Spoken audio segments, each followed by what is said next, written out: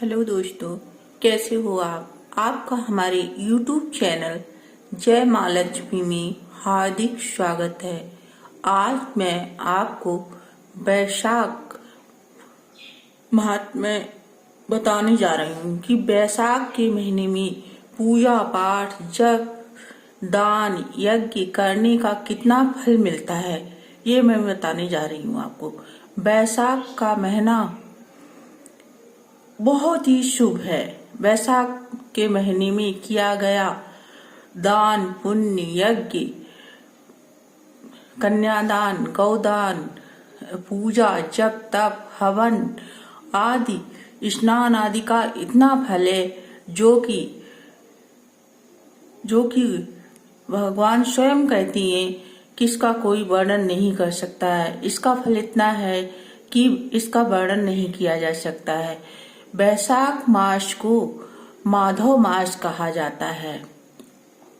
जो व्यक्ति कार्तिक माह और बैसाख तीनों महीनों का स्नान करता है, उस स्त्री या पुरुष का जल अगर नहाए हुए वह नहाकर अगर खड़ा है और उसका जल किसी पर छींटे पड़ जाए तो उसको भी स्वर्गलोक की प्राप्ति होती है।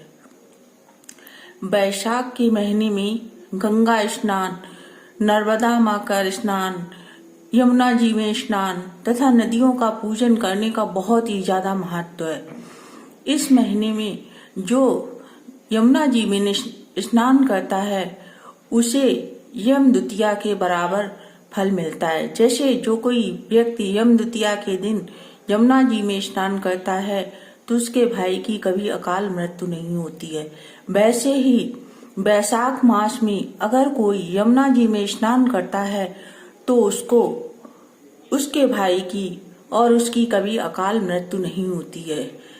गंगा जी में स्नान करने पर 1 साल तक आपको गंगा स्नान करने का फल प्राप्त होता है। जो बैसाख के महीने में एक दिन गंगा स्नान करता है उसे पूरे साल गंगा स्नान का फल प्राप्त होता है।